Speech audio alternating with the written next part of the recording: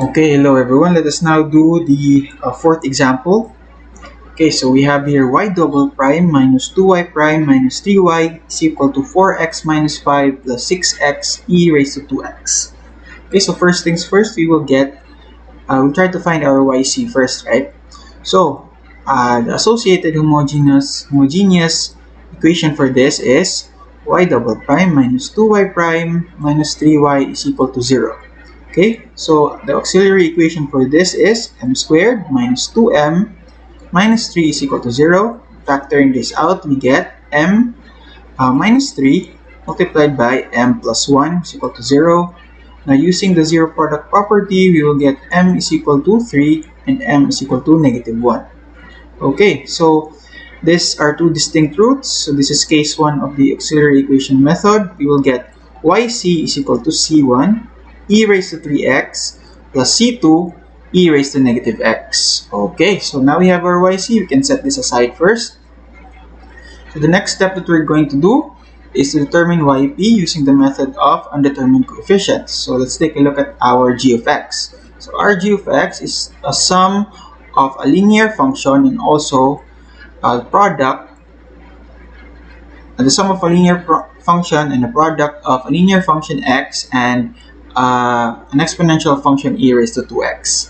Okay, so how are we going to construct our guess for this? So yp, you can say that yp is equal to, so 4x minus 5, that is a linear function, so ax plus b, right? And then we have plus 6x e raised to 2x. Now x here is also a linear function. So we need to use other constants, other letters for this because we're going to multiply it to e raised to 2x, which will make it into a different term. So let's say cx plus d for now, and then e raised to 2x. Now if we simplify this a bit, we get ax plus b plus cx e raised to 2x plus d e raised to 2x. Okay, so this is now our yp, right? So let's now compare it. So the next step, an important step, is to compare it to our complementary function. Let's see if there are any overlaps with the solution. Okay, so we have here c1 e raised to 3x. Do we have e raised to 3x here? So absolutely not. So how about e raised to negative x? So there are no e raised to negative x here, so we are safe. So we don't need to multiply x to any of these terms right here in our particular solution. Okay, so we can now get our y prime p. So y prime p is equal to, so this will be a, right? And then b will be 0 plus, what's this? 2c x e raised to 2x, right? And then plus c e raised to 2x, and then plus 2d e raised to 2x. Okay, that's our y prime p.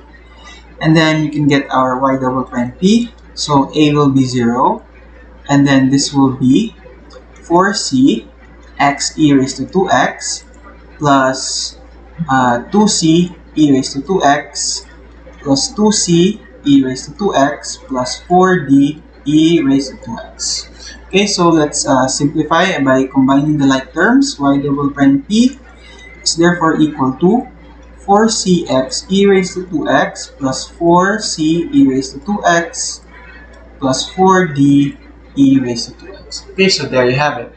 Okay, so if we substitute this y double prime p to our original equation here, and this also here, so we will get, so you can do that as an exercise and then simplify it. So what you will get is, this is still a long one, so 2c e raised to 2x minus 3b e raised to 2x minus 3c x e raised to x minus 2a minus 3ax minus 3b is equal to 4x minus 5 plus 6x e raised to 2x. Okay, so what we're going to do here first is you need to take a look at similar terms, and then you can group them together. So as you can see here, we have 2c and e raised to 2x and minus cd e raised to 2x. 2c and 3d here are both constants, right? So we can factor out e raised to 2x here. So e raised to 2x multiplied by 2c minus 3d. Okay, so minus 3c x e raised to 2x minus 2a. So there are no longer like terms.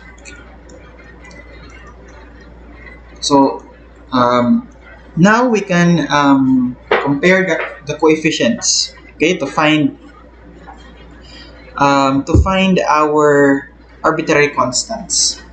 Okay, so let's see here. On the right hand side, we have 4x. So we have an x term with a coefficient of 4. So in the left hand side, what do we have? Do we have an x term?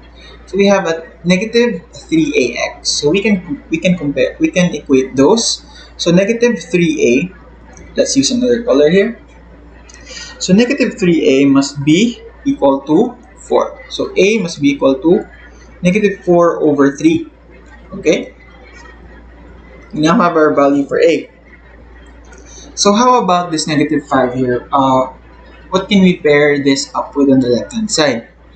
So as you can see, negative 2a right here and negative 3b are both constants. So if we negative 2a minus negative 3b is equal to negative 5, right? Okay, so since a is negative 4 over 3, so let's substitute it. So negative 2 multiplied by negative 4 over 3 minus 3b is equal to negative 5. So what do we have here? So negative, that would be 8 over 3 minus 3b, right? Is equal to negative 5. So negative 3b is equal to negative 5 minus 8 over 3, which then will give us 3. So we have here negative 15 minus 8, so negative 3b. Okay, so what is this? Negative 23, right?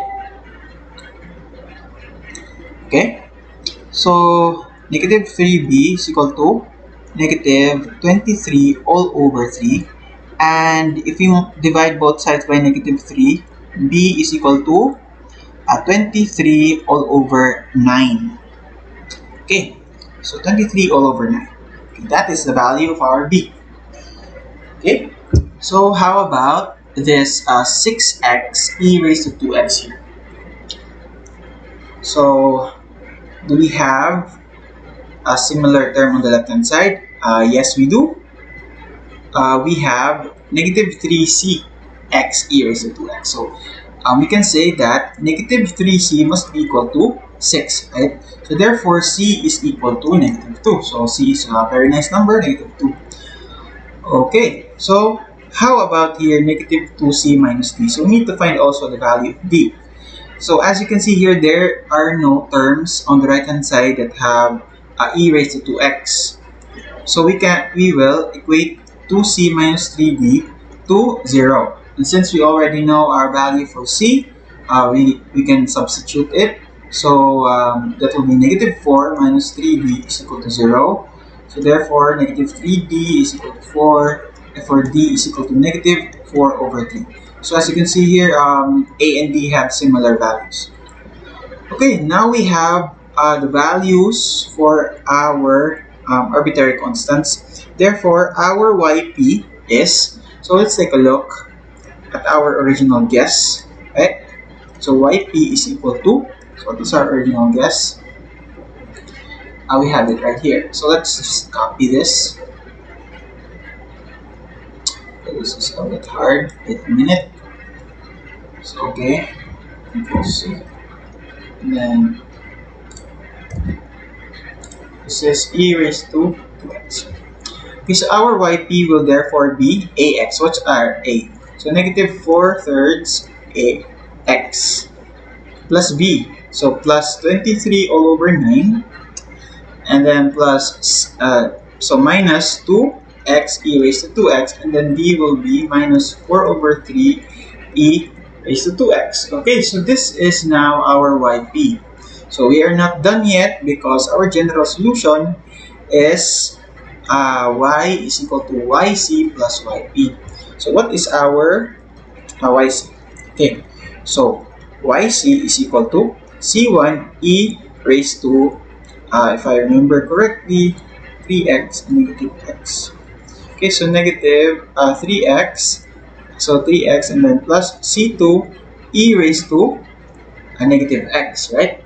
So we will then add our yp right here. So negative 4 over 3x plus 23 all over 9 minus 2x raised to 2x minus 4 over 3 raised to 2x. Okay, so there you have it. This is our general solution. So that was a very long solution, and yeah. So okay, so that's it for this lesson, and I will see you in the next lesson.